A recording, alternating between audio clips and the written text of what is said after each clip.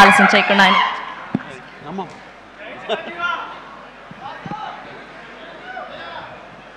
ఈ అద్భుతమైన కార్యక్రమానికి ఇచ్చేసిన ప్రతి ఒక్కరికి హృదయపూర్వక నమస్కారాలు. ముఖ్యంగా నాకు తెలిసి గత 2-3 ఏళ్ళగా వాళ్ళు చేసే ఇతర సామాజిక కార్యక్రమాలతో పాటు ఈ కార్యక్రమం కూడా, ఈ సామాజిక సేవ, ఈ బ్లడ్ డొనేషన్ అనేది కూడా మొదలుపెట్టి నాకు అత్యంత ఆప్తుడైన చుక్కపల్లి సురేష్ గారు మరింత దగ్గరయ్యారు నా హృదయానికి. ఈ సందర్భంగా ఇంత చక్కటి కార్యక్రమం, ఇంత సేవా కార్యక్రమం చేస్తున్న నా మిత్రుడు, సోదరుడు చుక్కపల్లి సురేష్ గారికి నా హృదయపూర్వక ధన్యవాదాలు, నమస్కారాలు తెలియజేస్తున్నాను.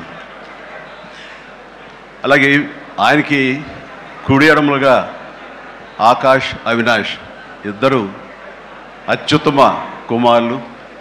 వాళ్ళు ఈ కార్యక్రమాన్ని వాళ్ళ భుజస్కంధాల మీద వేసుకుని దీన్ని ఇంత చక్కగా, ఇంత పెద్ద ఎత్తున, ఇంత మెగా బ్లడ్ క్యాంప్ చేయటం అన్నది, దానికి ఎంతో కొంత సహకరించిన మా చిరంజీవి చారిటబుల్ ట్రస్ట్కి ఎనలేని సంతృప్తిని ఇచ్చావు. తద్వారా నాకు ఎంతో సంతోషాన్ని మిగిల్చావు అవినాష్. So wonderful. అండ్ ఈ రోజున ఇది కార్యక్రమానికి విచ్చేయటమే కాకుండా బ్లడ్ డొనేట్ చేసిన బిడ్డలాంటి తేజాకి నా హృదయపూర్వక ధన్యవాదాలు తెలియజేస్తున్నాను. And excellent. నేను అడిగింది ఫస్ట్ టైం అని కాదు, ముందు నుంచి ఇచ్చాను. సో బతికిపోయావు. లేదంటే కనుక నన్ను ఇన్స్పిరేషన్ కానీ బయట మాట్లాడుతుంటావు, ఈ బ్లడ్ డొనేషన్ దాంట్లో తీసుకోలేదేమనుకున్నాను. Wonderful. Please keep rocking. And ఇక్కడ ఏడి ఇచ్చేసినటువంటి సంయుక్త గారికి, అలాగే Chiranjeevi charitable trust chief medical officer doctor Madhavi, నా చెల్లి, తనకి, అండ్ ఈ కార్యక్రమాన్ని ఇంత బాగా నిర్వర్తించడానికి పరోక్షంగా ప్రతి పురుషుడు వెనక ఒక స్త్రీ ఉండాలి, దానికి మిసెస్ సురేష్ గారికి, వారి ఇతర సిబ్బందికి నా హృదయపూర్వక ధన్యవాదాలు తెలియజేస్తూ, మరీ ముఖ్యంగా ఈ రోజు నేను మెన్షన్ చేయాల్సింది, ఇక్కడ ఈ కార్యక్రమానికి ఇచ్చేసి దాదాపుగా 1000 మంది సాయంత్రం లోపల బ్లడ్ డొనేట్ చేస్తుంటే రక్తదాతలకి నేను మరీ శిరస్సు వంచి నమస్కరిస్తున్నాను. వాళ్ళు ఈ రోజున బ్లడ్ ఇవ్వటం అన్నది కేవలం వాళ్ళకి ఎనలేని సంతృప్తి వస్తుంది, కానీ ఆ బ్లడ్ మూలంగా ఒక ప్రాణం కాపాడబడుతుంది. ఇది నేను ఎప్పటి నుంచో ఎన్నో ఏళ్లబట్టిగా నేను అనుభవిస్తున్నటువంటి గొప్ప ఫీలింగ్ ఇది నాకు. అంటే చాలాసార్లు చెప్పాను, కానీ ఎప్పటికప్పుడు కొత్త జనరేషన్, కొత్త యువకులు వస్తున్నారు కాబట్టి నేను మళ్ళీ చెప్పాల్సినటువంటి ఆవశ్యకత ఎంతైనా ఉంది. ఎందుకంటే ఇది చాలామందికి స్ఫూర్తినిచ్చే ఒక అంశం. ఈ చెప్పబోయే ఈ విషయం ముఖ్యంగా ఒక జర్నలిస్టు సోదరుడికి నేను ఆజన్మాంతరం రుణపడి ఉంటాను. నన్ను థాట్ ప్రవోక్ చేసి నన్ను ఇన్స్పైర్ చేసినటువంటి ఆ ఒక మ్యాగజైన్ సంబంధించిన ఒక జర్నలిస్ట్ రాసిన ఒక రైటప్ నాలో ఈ స్పృహ నాకు వచ్చేలాగా, నేను ఈ బ్లడ్ డొనేషన్ వైపు డ్రైవ్ అయ్యేలాగా ఆ ఆర్టికల్ నాకు ఎంతో దోహదపడింది. సో ఆ రాసిన మనిషి ఎవరో ఏమిటో నేను మళ్ళీ ఎప్పుడు కలవలేదు, కానీ ప్రతిసారి అతను తలుచుకుంటూనే ఉంటాను.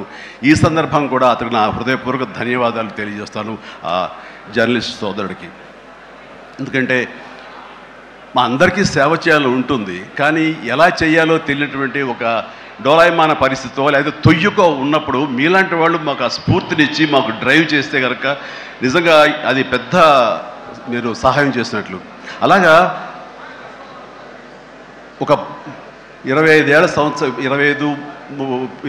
సంవత్సరాల క్రితం బ్లడ్ దొరకక అనేక మంది ప్రాణాలు కోల్పోతున్నారు. అది ప్రసవ సమయంలో కానివ్వండి, అయితే ఈ యాక్సిడెంట్ సమయంలో కానివ్వండి, అలాగే తలసీమ వ్యాధిగ్రస్తులు కానివ్వండి, క్యాన్సర్ పేషెంట్స్ కానివ్వండి, ఇలాగ రకరకాల వ్యాధిగ్రస్తులు చనిపోతున్నారు అని తెలిసిన తర్వాత బ్లడ్ దొరకదా, బ్లడ్ ఇవ్వరా, ఎంతమంది ఉన్నారు, ఎందుకు ఇవ్వలేరు అన్న థాటు నన్ను ఎప్పుడు తొలుస్తూ ఉండేదన్నమాట. సో మన ఫ్యాన్స్ని మనం వేరే వాటికి డ్రైవ్ చేసే కంటే వేరేగా వాళ్ళని వాడుకుంటూ మన కీర్తి మరింత పైకి ఎదిగేలాగా వాడుకునే కంటే వాళ్ళని ఈ బ్లడ్ డొనేషన్ వైపు మనం మళ్లించగలిగితే కనుక, వాళ్ళు అత్యంత శక్తివంతమైన మనుషుల్ని సామాజిక సేవ వైపు మనం డ్రైవ్ చేయగలిగితే, వాళ్ళని ఛానలైజ్ చేయగలిగితే కనుక, ఆ కన్న తల్లిదండ్రులు కానీ, ఆ సొసైటీలో ఉన్నటువంటి ఇతర వ్యక్తులు కానీ, ఆ సమాజంలో వాళ్ళు కానీ వాళ్ళ పట్ల ఉన్న దురభిప్రాయాలని పోగొట్టుకుని మంచి అభిప్రాయం ఏర్పడుతుంది కదా, వాళ్ళకి అల్లని సంతృప్తి వస్తుంది కదా, తద్వారా నేను కూడా ఎంతో సంతృప్తి చెందిన వాడిని అవుతాను, ఒక మంచి పని చేసినటువంటి దానికి నాంది పలికిన వాడిని అవుతానంటూ ఆ రోజున ఇచ్చిన పిలుపు, నిరంతరంగా పెర్సిస్టెంట్గా ఇచ్చిన పిలుపుకి ఈ రోజున వేల మంది, లక్షల మంది ఈ రోజున ఈ కార్యక్రమాల్లో పాల్గొంటూ వస్తున్నారు. ఎనలేని సంతృప్తి పొందడమే కాదు, ఎంతోమందికి ప్రాణాలని కాపాడుతున్నారంటే కనుక అది నాకు చాలా గర్వకారణంగా ఉంది. ఇందాక తేజ సజ్జ అన్నట్లుగా ఈ బ్లడ్ డొనేషన్, రక్తదానం అనేసరికి గబుక్కని స్ఫురించే పేరు చిరంజీవి అన్నారంటే కనుక భగవంతుడు నాకు ఇచ్చిన గొప్ప అవకాశం. ఇలాగా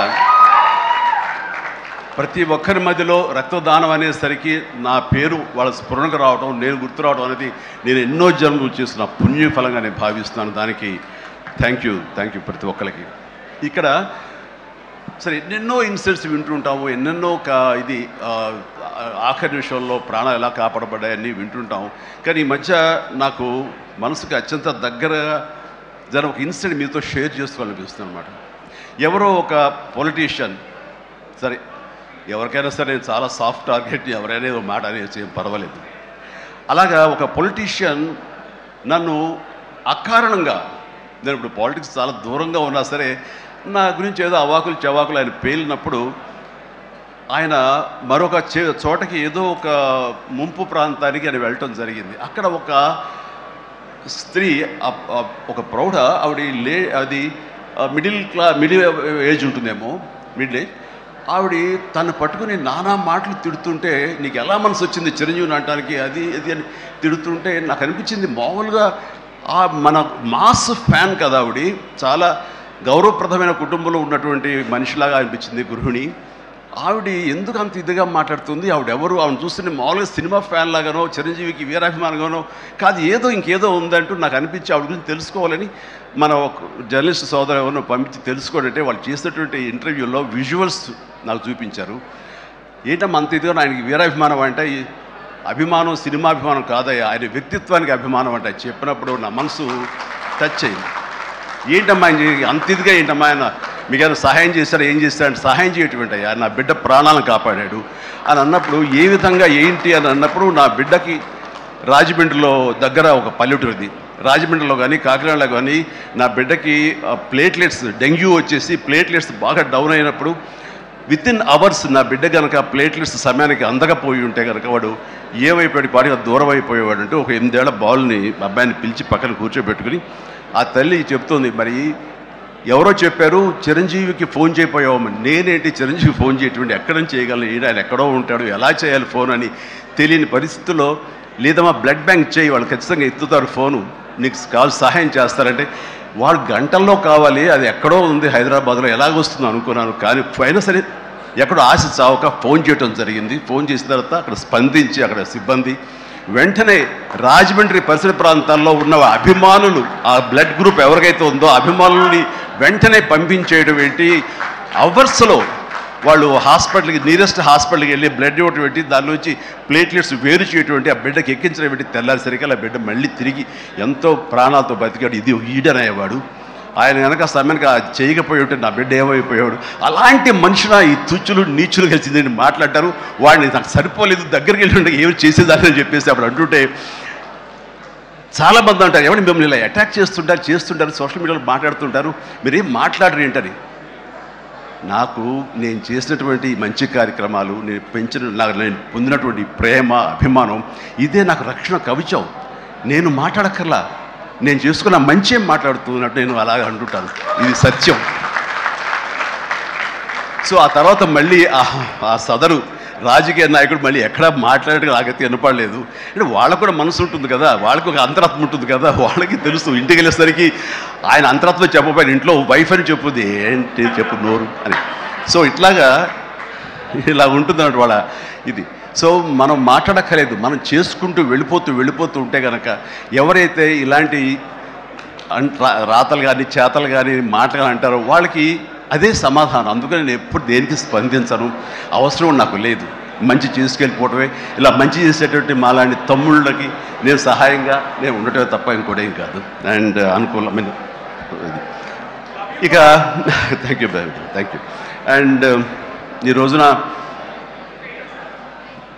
ఎక్కడ ఇతర దేశాల్లో ఉన్న అభిమానులు కూడాను నా మాటని స్ఫూర్తిగా తీసుకుని వాళ్ళు ఆయా ప్రాంతాల్లో వాళ్ళు బ్లడ్ డొనేషన్స్ చేస్తూ ఈ రోజున నా పేరు, నాకు మంచి పేరు, మరింత మంచి పేరు వచ్చేలాగా నేను గర్వపడే విధంగా వాళ్ళు చేసేటువంటి బెడ్ డ్రైవ్స్కి వాళ్ళు ఎక్కడో సరే, ఏ ప్రాంతంలో ఉన్నా సరే, ప్రతి ఒక్కరికి నేను ఎప్పుడు కృతజ్ఞతతోటి నేను నా మనస్ఫూర్తిగా నా అభినందనలు తెలియజేస్తూ ఉంటాను. నాకు ఈ అవకాశం ఇచ్చారు ఇక్కడికి రావడానికి. మా బ్రదర్కి ఆయన చేసిన కార్యక్రమాలు ఎన్నెన్నో చూస్తూనే ఉన్నాము. అండ్ దానికి ధీటుగా ఎవరు నిలబడలేరు. అలాగే నిరంతరంగా వాళ్ళ నాన్నగారికి నివాళులు అర్పించే విధంగా ఇది సెంటనరీ ఇయర్. సో 100 సంవత్సరాల ఇది ఆయనకి నివాళులు అర్పించేలాగా ఆయన గర్వపడి కొడుకుని చూసుకుని ఎక్కడో సరే గర్వపడే స్థాయికి ఆయన సహాయ కార్యక్రమాలు చేయటం అన్నది ఆయనకి ఇచ్చేటువంటి గొప్ప నివాళి. అండ్ ఈ సందర్భంగా మా బ్రదర్ని నేను మనస్ఫూర్తిగా అభినందిస్తున్నాను. అండ్ ఇలాంటి కార్యక్రమాలు ఎప్పుడు చేసినా సరే నన్ను పిలవండి, మీకు అందుబాటులో ఉంటాను, అందరూ కలిసి చేద్దాం. అండ్ ఫ్యూచర్లో మీరు ఎక్కడ ఏం చేసినా సరే మంచి కార్యక్రమాలు నాకు అవకాశం ఇవ్వండి, మీతోనే ఉంటాను. And thank you everybody. నమస్తే, థ్యాంక్ యూ. డాడీకి మీరు సర్టిఫికేట్ ఇస్తారు.